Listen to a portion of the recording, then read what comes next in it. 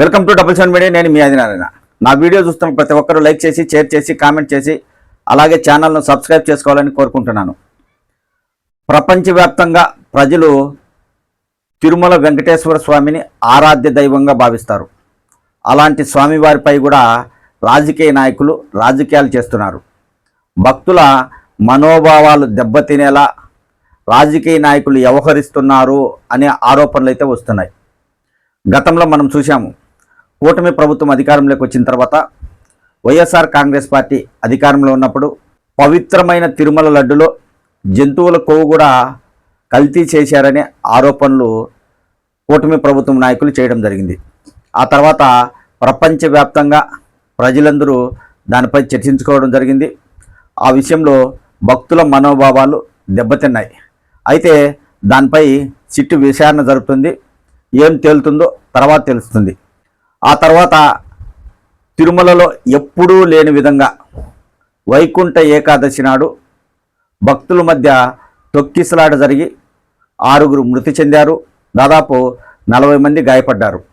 అలాంటి సంఘటన తిరుమలలో ఎప్పుడూ జరగలేదు. అలాగే ఈ మధ్య మనం కొన్ని చూస్తూనే ఉన్నాం.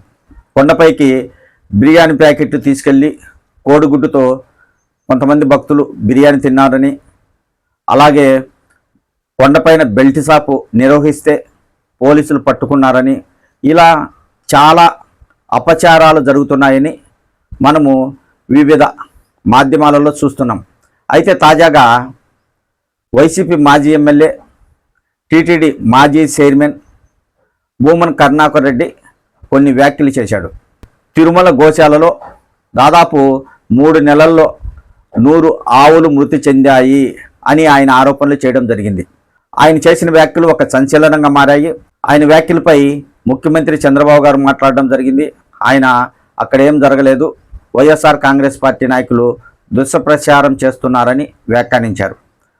ఆ తర్వాత తిరుమల ఈవో శ్యామలరావు గారు మీడియా సమావేశం నిర్వహించి దాదాపు 43 ఆవుల వరకు మృతి చెంది ఉంటాయి వివిధ ఆరోగ్య కారణాల వలన, ఇది మామూలుగా జరిగేదే అన్న రీతిలో ఆయన మీడియా ద్వారా చెప్పడం జరిగింది. అయితే ఈ అంశం ఇప్పుడు రాష్ట్ర వ్యాప్తంగా కాకుండా దేశవ్యాప్తంగా మాట్లాడుకునే విధంగా రాజకీయ నాయకులు రాజకీయాలు చేస్తున్నారు. వైఎస్ఆర్ కాంగ్రెస్ పార్టీ నాయకుడు మాజీ టీటీడీ చైర్మన్ భూమన కరుణాకర్ రెడ్డి చేసిన ఆరోపణలు ఏంటి? గోశాలలో గోవులను సంరక్షించడంలో టీటీడీ అధికారులు వైఫల్యం చెందుతున్నారు, అందుకే గోవులు మృతి చెందాయి అని ఆయన ఆరోపణలు చేశారు. మరి ఆ ఆరోపణలకు టీటీడీ చైర్మన్ బిఆర్ నాయుడు గారు కానీ, ఈవో శ్యామలరావు గారు కానీ, లేదా ముఖ్యమంత్రి చంద్రబాబు గారు కానీ, ఇతర మంత్రులు కానీ ఎవరైనా సరే ఆయన వ్యాఖ్యలను ఖండిస్తూ ఇకపై అలాంటి సంఘటనలు పునరావృతం కాకుండా చర్యలు తీసుకుంటాము, అనారోగ్యంతో కానీ లేదా వయసు పైబడినప్పుడు ఆవులు మృతి చెందడం సహజమే, ఇలాంటి వాటిని వైఎస్ఆర్ కాంగ్రెస్ పార్టీ నాయకులు రాజకీయంగా వాడుకోకుండా టీటీడీపై దుష్ప్రచారం చేయవద్దని చైర్మన్ బిఆర్ నాయుడు గారు కానీ, ఈవో శ్యామలరావు గారు కానీ, లేదా ముఖ్యమంత్రి చంద్రబాబు గారు కానీ చెప్పవచ్చు. అయితే ఈ గోవుల మృతిని రాజకీయంగా వాడుకుంటూ ఒకరిపై ఒకరు ఆరోపణలు చేసుకుంటున్నారు. టీటీడీ చైర్మన్ బిఆర్ నాయుడు గారు అయితే ఒక రాజకీయ నాయకుడిలాగా మీడియాతో మాట్లాడారు. ఇలాంటి వారిపై కేసులు పెడతాము, ఇప్పటికే చాలామంది కేసులు పెట్టించుకొని కోర్టుల చుట్టూ ఎలా తిరుగుతున్నారో తెలుసు కదా, ఖచ్చితంగా రాష్ట్ర వ్యాప్తంగా కేసులు పెడతామని ఆయన మీడియాతో చెప్పడం జరిగింది. అయితే కరుణాకర్ రెడ్డి స్పందించారు. నిజంగా నేను చెప్పింది అబద్ధమైతే నేను దేవుని దగ్గరకు వచ్చి ప్రమాణం చేస్తాను. నేను దుష్ప్రచారం చేసి ఉంటే నాపై కేసులు పెట్టండి. కేసులు ఎదుర్కోవడానికి సిద్ధంగా ఉన్న వెంకటేశ్వర స్వామి భక్తుడిగా జైల్లో సంతోషంగా ఉంటాను అంటే, మీరు నన్ను జైల్లో పెట్టినా అక్కడ సంతోషంగా ఉంటాను అని కరుణాకర్ రెడ్డి గారు కూడా వ్యాఖ్యలు చేయడం జరిగింది. అయితే ఇక్కడ ఎక్కువగా రాజకీయ నాయకులు ఎందుకు తిరుమలపై ఈ విధంగా రాజకీయాలు చేస్తున్నారనేది భక్తులకు కూడా అర్థం కావడం లేదు. భక్తుల మనోభావాలు దెబ్బతినేలా ఈ రాజకీయ నాయకులు రాజకీయాలు చేస్తున్నారని చర్చించుకుంటున్నారు. అయితే ఇక్కడ గమనించాల్సింది ఏంటంటే వైఎస్ఆర్ కాంగ్రెస్ పార్టీ నాయకుడు మాజీ టీటీడీ చైర్మన్ భూమన కరుణాకర్ రెడ్డి తిరుమల గోశాలలో ఆవులు మృతి చెందాయి అని ఆయన వ్యాఖ్యానించారు. మరి ఇక్కడ చూస్తే టీటీడీ చైర్మన్ బిఆర్ నాయుడుకు అనుకూలంగా టీవీ5, ఈనాడు, ఆంధ్రజ్యోతి కథనాలు రాస్తుంది. ఇటు చూస్తే భూమన కరుణాకర్ రెడ్డికి అనుకూలంగా సాక్షి కథనాలు రాస్తుంది. ఏది నిజమనేది భక్తులకు తెలియడం లేదు. ఇటు అనుకూలం, ఇటు వ్యతిరేకం. భక్తులకు నిజాలు ఎలా తెలియాలి? అసలు తిరుమలపై రాజకీయ నాయకులు ఇంత నీచంగా రాజకీయాలు ఎందుకు చేస్తున్నారని వెంకటేశ్వర స్వామి భక్తులు ఆవేదన వ్యక్తం చేస్తున్నారు. రాజకీయాలు చేసుకోవాలంటే మరోలా చేసుకోవచ్చు.